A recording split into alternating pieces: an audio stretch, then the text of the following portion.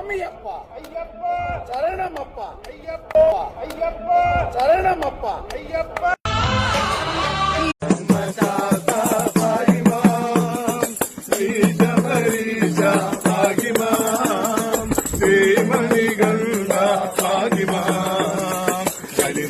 ഇത് അയ്യപ്പന്റെ അരക്കച്ച ഈ വീരാളിപ്പെട്ടെന്ന് പറയും.